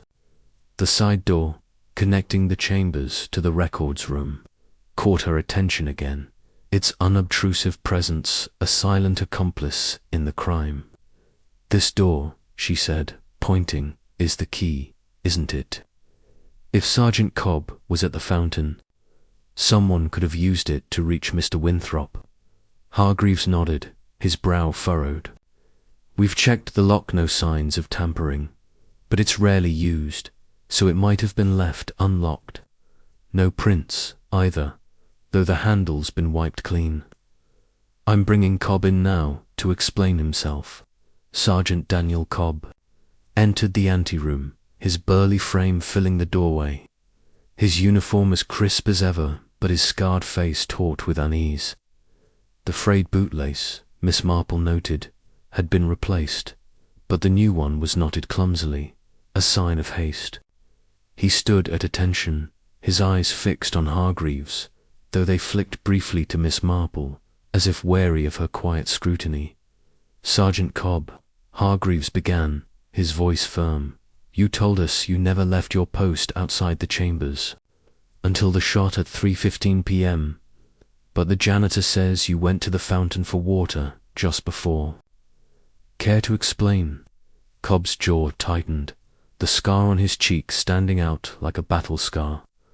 I didn't think it worth mentioning, sir, he said, his voice steady but strained. It was only a moment, 2 minutes, maybe less. I was parched, standing there for hours. I checked the corridor, saw it was clear, and stepped to the fountain. I was back before the shot rang out. Miss Marple tilted her head, her hands folded neatly in her lap. A moment's absence can be significant, Sergeant. I recall young Jimmy Tate, who guarded the orchard and swore he never strayed, yet a thief slipped past in his brief lapse. Did you see anyone near the side door when you returned? Mr. Reed, perhaps, or Dr. Baxter? Cobb shook his head, his hands clenching briefly at his sides. No, ma'am. The corridor was empty. The side door was closed. Half noticed if it wasn't. I heard the shot as I reached my post, then ran into the chambers. Mr. Winthrop was already gone. Hargreaves leaned forward, his pen tapping the desk. 2 minutes, Cobb. That's enough time for someone to slip through that side door, fire the shot, and slip out again. You argued with Winthrop about overtime pay. Were you angry enough to look the other way, maybe let someone through? Cobb's face reddened, his voice rising. I'd never betray my duty, sir. The argument was nothing, a few sharp words. That's all. I served with Mr. Winthrop in the regiment, respected him. I'd have died before letting harm come to him. Miss Marple's eyes softened, but but her gaze remained sharp. Loyalty is a fine thing, Sergeant, but even the loyal can be distracted. Your boots, I notice, have a new lace. Today nodded rather hastily. Were you in a rush that afternoon, perhaps flustered by something? Cobb's hand moved instinctively to his boot, then dropped. Just a broken lace, ma'am. I replaced it this morning. Nothing to it. Hargreaves made a note, his expression skeptical. We're testing that side door for prints and checking the records room. If someone used it, we'll know. You're sure you saw nothing unusual? No one lingering, no sounds from the chambers before the shot? Nothing, Cobb insisted, his voice firm but his eyes betraying a flicker of doubt. I was back at my post when the shot came. I failed him, stepping away like that, but I didn't let anyone in. As Cobb was dismissed, his heavy steps echoing in the corridor, Hargreaves turned to Miss Marple. He's sticking to his story, but that 2-minute gap changes everything. It's enough time for Reed to slip through the side door, or even Baxter from the library. What's your take? Miss Marple adjusted her shawl, her mind weaving the new clue into the pattern. Sergeant Cobb's lapse is a crack in the fortress, Inspector. His loyalty seems genuine, but loyalty can be manipulated. I recall a watchman in the village who left his post to help a friend, not knowing he was being used. That side door, someone may have known Cobb's habits, timed their move to his absence. We must learn if it was deliberate, or if Cobb's oversight was exploited by chance. Hargreaves nodded, jotting down her words. I'll have the janitor confirm the exact timing and check Cobb's routine. If someone knew he'd step away, it points to planning. Reed's still my top suspect, with that gunpowder and the ledger. Miss Marple's eyes twinkled faintly. Mr. Reed is a strong thread, but don't overlook the others. Mrs. Winthrop's cigarette case and Dr. Baxter's proximity to that side door, they're part of the design. And Silas Grant, the businessman in the ledger, may hold a piece. We're missing. People, Inspector, are like my knitting. One loose thread can pull the whole pattern apart. As they left the courthouse, the village was settling into dusk, the church clock tolling 6. Miss Marple paused, her gaze lingering. On the side door's shadow, a silent witness to the crime. Cobb's oversight, Reed's gunpowder, Eleanor's secrets, Baxter's unease. They were stitches in a tapestry, and she felt the truth drawing closer, like a pattern emerging from a skein of wool. She would urge Hargreaves to probe Grant's role and the door's use, knowing that the truth, however elusive, would yield to her patient scrutiny. Chapter 10. The library's silence the morning in St. Mary's. Mead dawned with a clarity that seemed to mock the tangled web of Magistrate Harold Winthrop's murder. The village, though outwardly resuming its daily rhythm, hummed with an undercurrent of unease, as if each cobblestone whispered of the secrets yet to be unearthed. Miss Jane Marple, her shawl draped over her shoulders, walked the familiar path to the courthouse, her mind as sharp as the frost that lingered on the grass. Inspector Hargreaves had requested her presence to revisit the library where Dr. Lionel Baxter claimed to have been at the time of the shooting, and she sensed that the quiet scholar's alibi, like a loosely knit stitch, might unravel under closer scrutiny. A library is a place of truth, she murmured to herself, but it can also hide lies in its silence. The courthouse library was a haven of hushed reverence, its oak shelves laden with volumes that seemed to absorb the light from the tall, arched windows. The air carried the musty scent of old paper and leather, a contrast to the crisp morning. Outside, Hargreaves met her at the entrance, his notebook tucked under his arm. his face marked by the dogged determination of a man wrestling with a puzzle. "Baxter's story bothers me," he said, keeping his voice low. "He says he was here, reading, but the janitor only saw him earlier, not at the time of the shot. And that side door to the chambers, it's just down the corridor. I want to walk through his movements, and I'd value your eye, Miss Marple." Miss Marple nodded, her gaze already scanning the room. "A man's alibi is only as strong as the details that support it, Inspector. I recall a young curate who swore he was praying in the vestry when a collection plate vanished, yet his prayer book was untouched. Let us see what Dr. Baxter's library reveals." They approached the reading table where Baxter had sat, its surface bare save for a single medical journal open to an article on cardiac surgery. The pages were pristine, the spine uncreased, as if the book had been placed there for show rather than study. Miss Marple's fingers brushed the cover, noting a faint layer of dust on the shelf behind it, undisturbed except for a small gap where the journal had been pulled. "Curious," she said, her voice soft.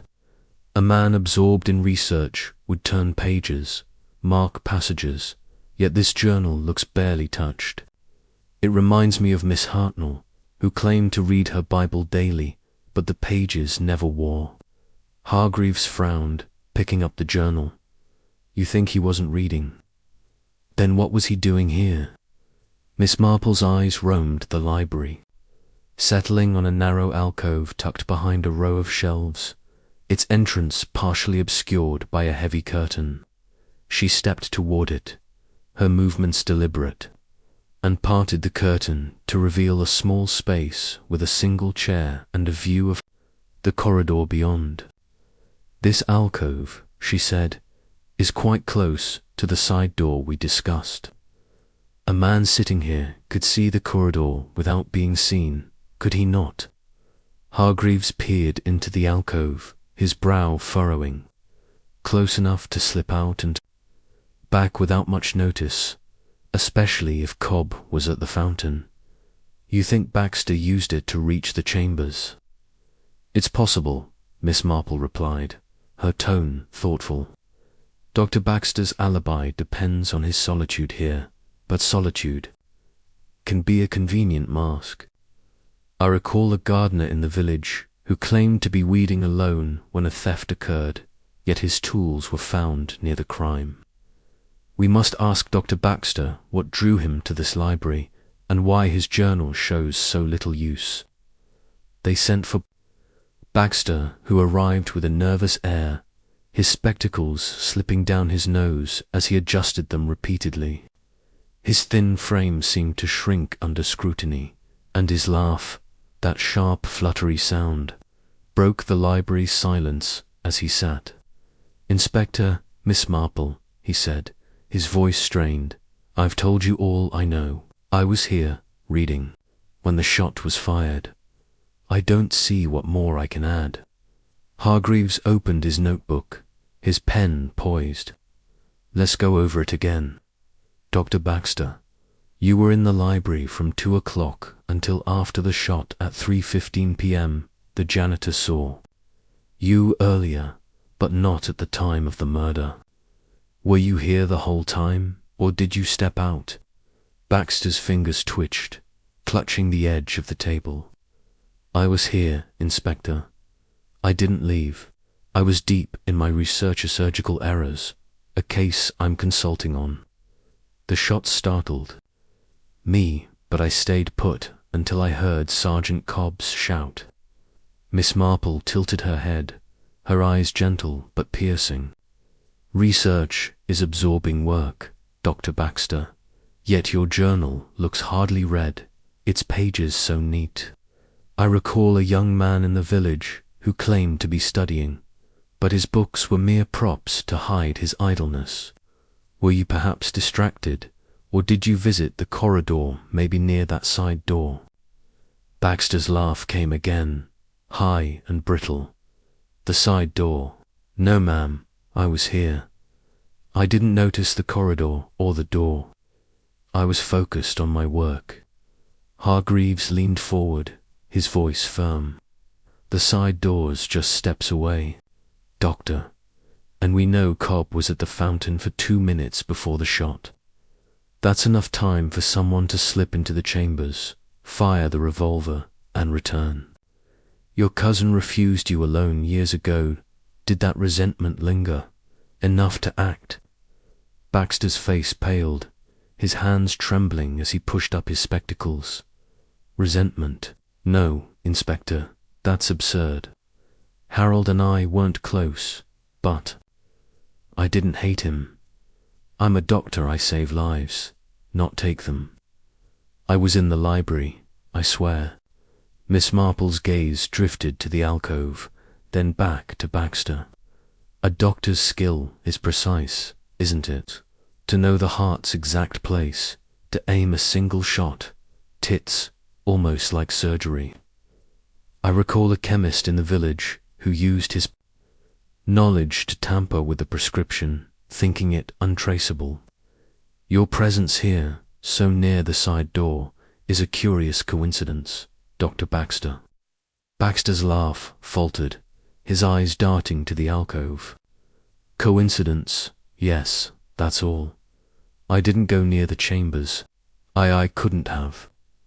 His voice cracked, and he looked away, his fingers knotting together. Hargreaves made a note, his expression skeptical. We're checking the side door for prints and asking the janitor about your movements. If you left this library, we'll find out. Anything you want to add, Doctor? Baxter shook his head, his shoulders sagging. I've told you everything. I was here, reading. That's the truth. As Baxter was dismissed, his steps uneven as he left, Hargreaves turned to Miss Marple. He's hiding something, no question. That alcove's a perfect spot to watch the corridor, and he's jumpy as a cat. But without proof, he left the library, his alibi holds. Miss Marple adjusted her shawl, her mind weaving the clues into the pattern. Dr. Baxter's fear is telling, Inspector. It's not the fear of a guilty man, but of one who knows too much or too little. That alcove, the untouched journal, his proximity to the side door, they suggest he could have acted or seen something he won't admit. I recall a boy in the village who watched a theft from a hiding spot, too scared to speak. We must learn what Dr. Baxter saw or what he fears. Hargreaves nodded, jotting down her words. I'll have the alcove checked for traces, dust, prints, anything. And I'm bringing in Silas Grant tomorrow to question about the ledger. If Baxter's tied to Eleanor Winthrop, that cigarette case might be the link. Miss Marple's eyes twinkled faintly. Yes, the cigarette case with LB. It binds them, perhaps more than we know. People, Inspector, are like my knittinger. Single thread can pull the whole design apart. We must tug gently, but firmly. As they left the library, the courthouse clock chimed 11, its notes a solemn reminder of time's relentless march. Miss Marple paused, her gaze lingering on. The alcove's curtain, a veil hiding truths yet to be unveiled. Baxter's silence, Reed's gunpowder, Eleanor's secrets, Cobb's lapse. There were stitches in a tapestry, and she felt the pattern tightening, like a skein of wool-drawn taut. She would urge Hargreaves to probe the alcove and Grant's roll, knowing that the truth, however silent, would speak to her patient scrutiny. Chapter 11. The bribery unveiled, the morning in St. Mary's Mead broke with a fragile stillness, as if the village held its breath, wary of the secrets unravelling in the wake of Magistrate Harold Winthrop's murder. Miss Jane Marple sat in her cottage, the fire crackling softly as she reviewed her notes, each suspect a thread in a tapestry that grew ever more intricate. Thomas Reed's gunpowder-stained cuff, Eleanor Winthrop's enigmatic cigarette case, Sergeant Daniel Cobb's brief absence, and Dr. Lionel Baxter's flimsy alibi in the library all pointed to a truth buried beneath layers of deception. The telephone rang, and Inspector Hargreaves' voice carried a note of urgency. "Miss Marple, we've found something in Reed's desker, ledger with entries that could break this case open. I'm at the courthouse with Silas Grant, the businessman named in it. Can you join us?"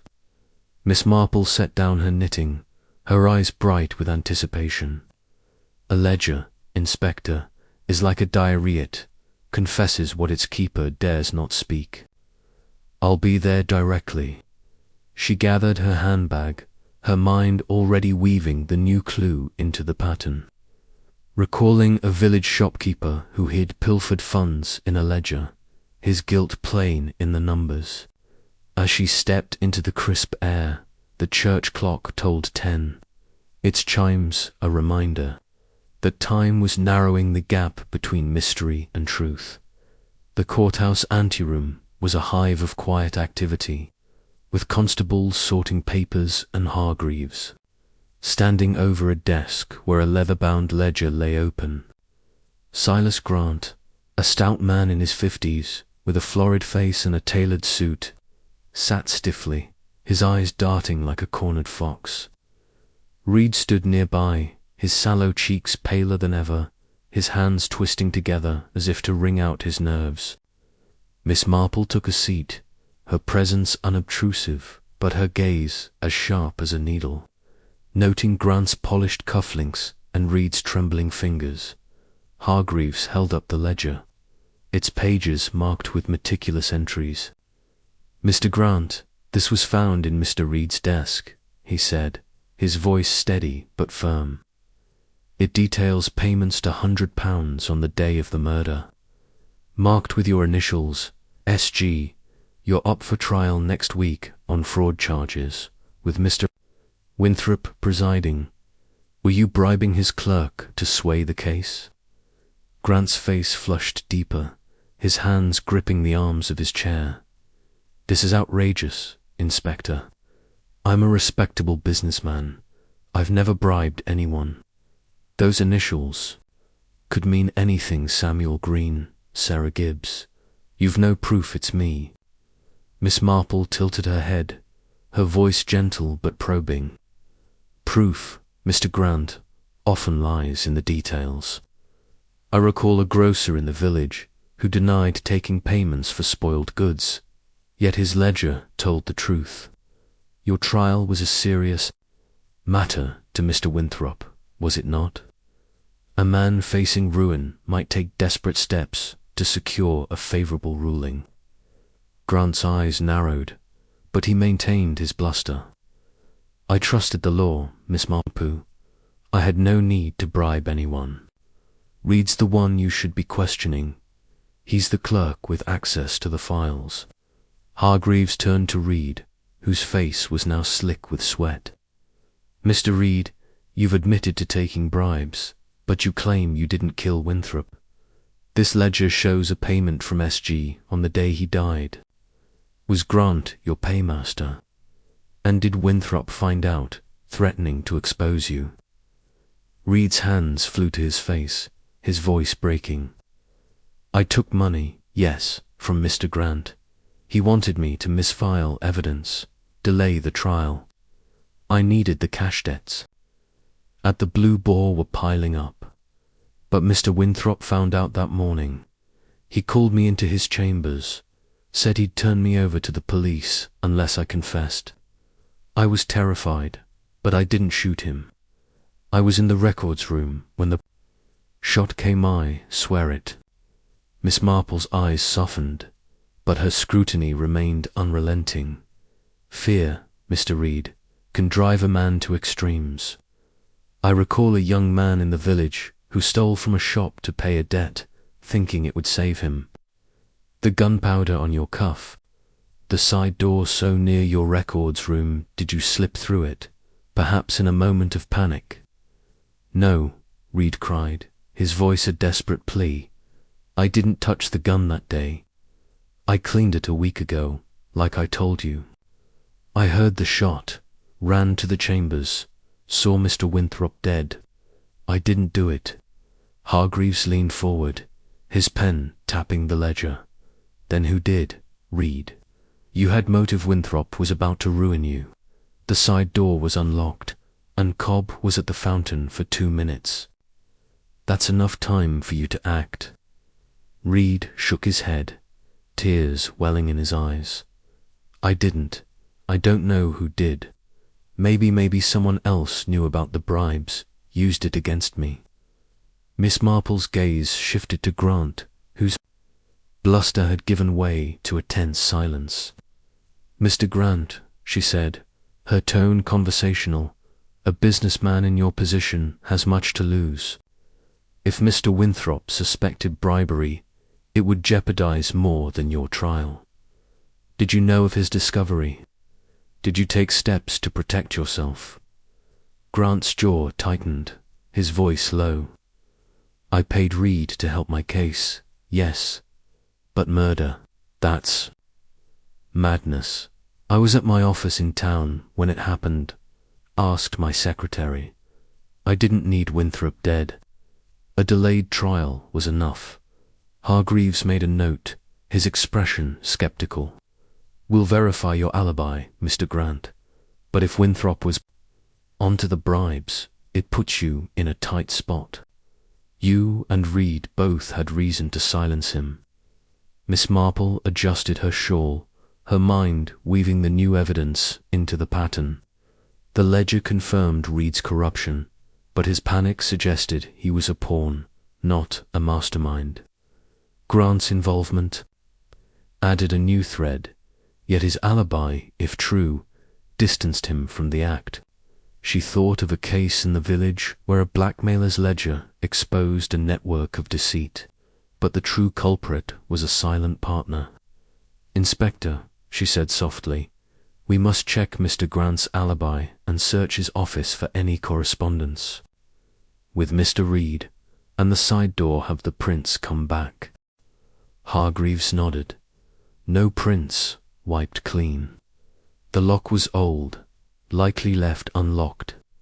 It's a direct path from the records room to the chambers, perfect for Reed, or someone else who knew Cobb's habits." Miss Marple's eyes twinkled faintly. "Someone who knew, indeed.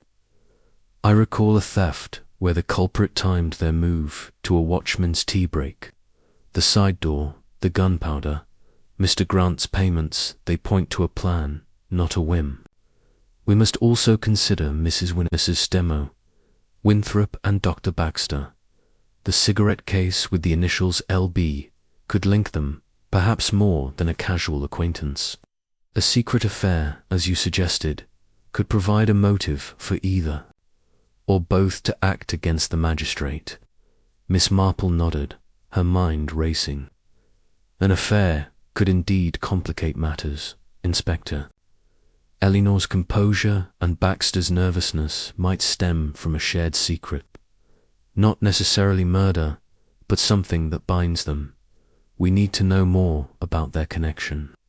As Reed and Grant were dismissed, Hargreaves turned to Miss Marple, his frustration evident. "Reed's up to his neck in this bribery mess, and Grant's no saint either, but murder, it's a big leap. What's your hunch?" Miss Marple folded her hands, her knitting needle still for a moment. "Mr. Reed's fear is palpable, Inspector, and fear often betrays guilt or knowledge. The gunpowder, the ledger, his proximity to the side door, they make him a strong suspect. But Mr. Grant's involvement suggests a wider net. I recall a case where a desperate man acted to protect a larger scheme, not just himself. We must dig deeper into Grant's dealings and whether he had others in the courthouse." Hargreaves scribbled a note, his respect for her growing. "I'll have Grant's office searched and his alibi checked, and I'll press Reed again. He's cracking under pressure. What about Elinor and Baxter? That cigarette case keeps nagging at me." Miss Marple smiled faintly. "It nags at me too, Inspector. LB could be a red herring, but if it's Baxter's, it ties him to Eleanor in a way that could shift the motive. An affair, a betrayal, a shared grudge could lead to murder. I recall a village scandal where a secret liaison led to a desperate act. We must learn if Eleanor and Baxter were closer than they admit. As they left the anteroom, the courthouse clock chimed noon, its notes echoing through the silent corridors. Miss Marple paused, her gaze lingering on the side door's shadow, a silent witness to the crime. The bribery unveiled, the cigarette case, Cobb's, lapse, Baxter's silence. They were threads in a tapestry, each pulling at the others. She would urge Hargreaves to probe Grant's connections and Eleanor's past with Baxter, knowing that the truth, like a well-placed stitch, would hold the pattern together in time. Chapter 12. The final stitch. The village of St. Mary's Mead lay under a late morning sky, its thatched roofs and winding lanes bathed in a light that seemed to promise clarity after days of shadow. Cast by Magistrate Harold Winthrop's murder, Miss Jane Marple, her shawl neatly draped, stood in the village hall, a modest building adorned with bunting from a recent fete. Now repurposed for a gathering of the case's key figures, Inspector Hargreaves had agreed to her request to assemble. The suspects, Damus Reed, Eleanor Winthrop, Sergeant Daniel Cobb, and Dr. Lionel Baxter Long, with Silas Grant, whose ledger entries had unveiled a web of bribery.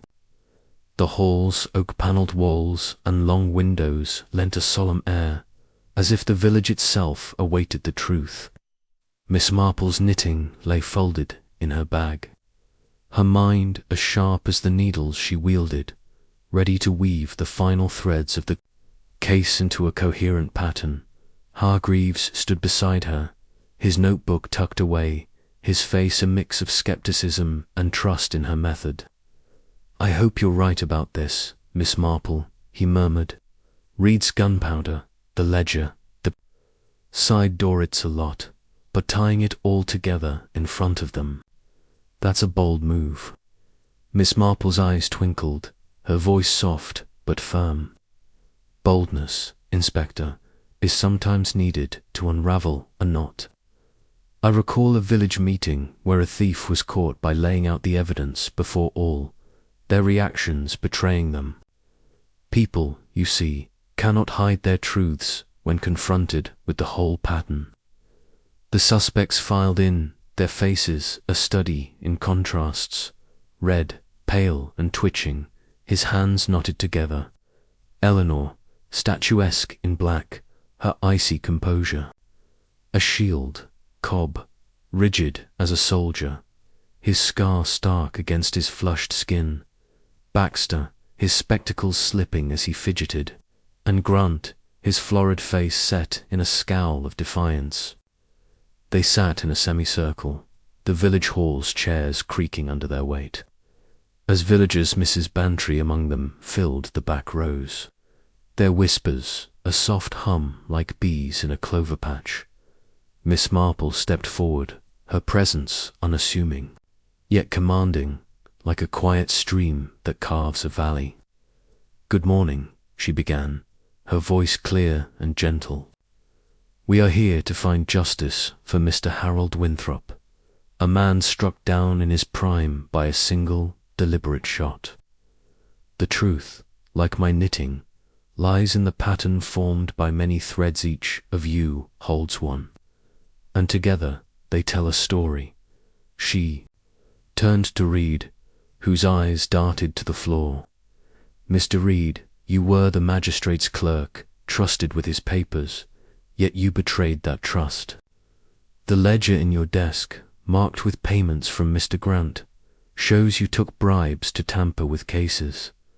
Mr. Winthrop discovered this, didn't he? On the day he died, he confronted you, threatening exposure." Reed's hands trembled, his voice a whisper. "Yes, he did. I admitted it to the inspector. took money from Mr. Grant to delay his trial, but I didn't kill him. I was in the records room when the shot came. Miss Marple nodded, her gaze steady. So you say. Yet gunpowder was found on your cuff, fresh and damning. You claimed it was from cleaning the magistrate's revolver days earlier, but gunpowder doesn't linger so. I recall a boy in the village caught with powder on his hands after a prank, unable to explain it away. Your fear, Mr. Reed, speaks louder than your words. She turned to Eleanor, whose lips tightened but whose eyes remained cold. Mrs. Winthrop, your marriage was strained. A fact the village whispers of your cigarette case, marked LB, suggests a tie to Dr. Baxter, perhaps an affair that fueled resentment. You were in the chambers minutes before the shot, discussing a gala, yet your calm is striking. I recall a widow who hid her pain behind such poise, until her secrets spilled out. Eleanor's voice was sharp, like ice cracking. My marriage was my own, Miss Marple. The cigarette case is a keepsake, nothing more. I left the chambers at 3:10. As the janitor saw, I had no part in Harold's death. Miss Marple's eyes softened, but her scrutiny held. Perhaps, my dear, yet secrets bind us, and your tie to Dr. Baxter is a thread we cannot ignore. She faced Baxter, whose nervous laugh broke the silence.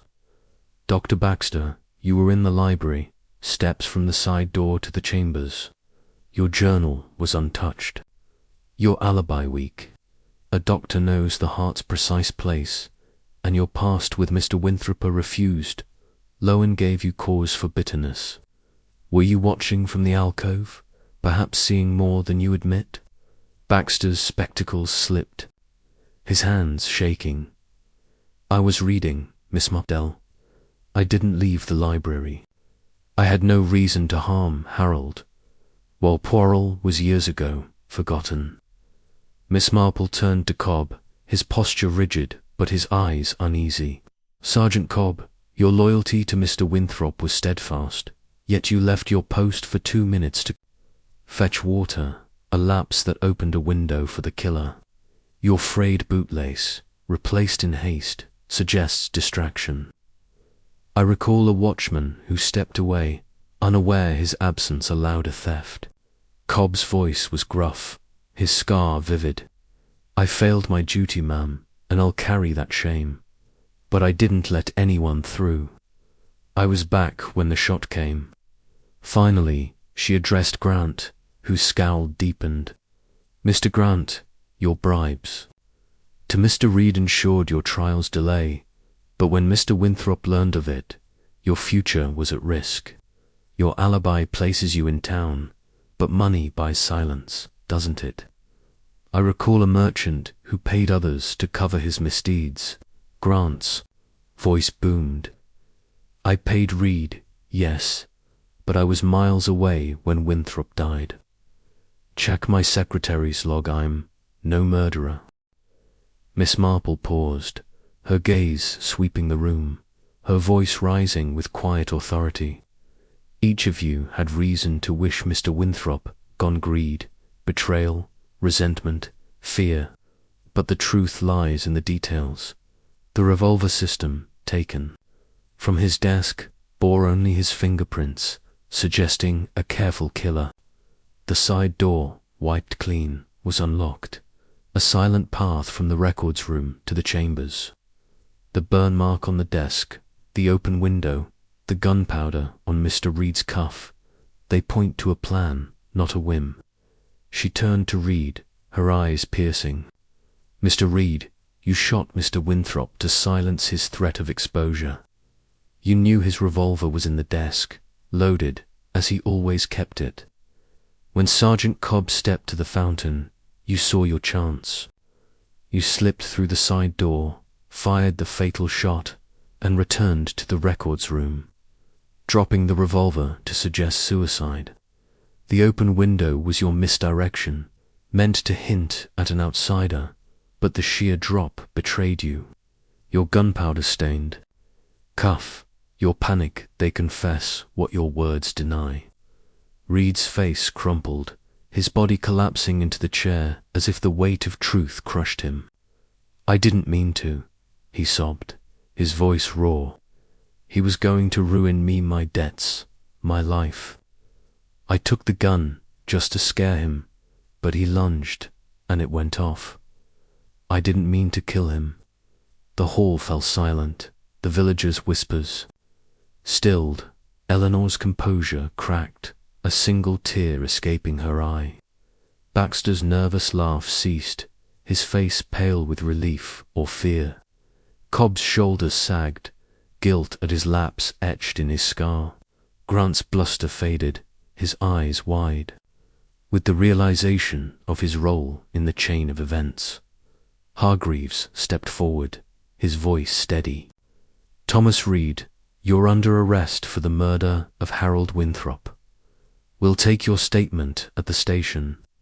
As Reed was led away, his sobs echoing, Miss Marple turned to Hargreaves, her expression serene but tinged with sadness. Human greed, Inspector, is a pattern as old as time.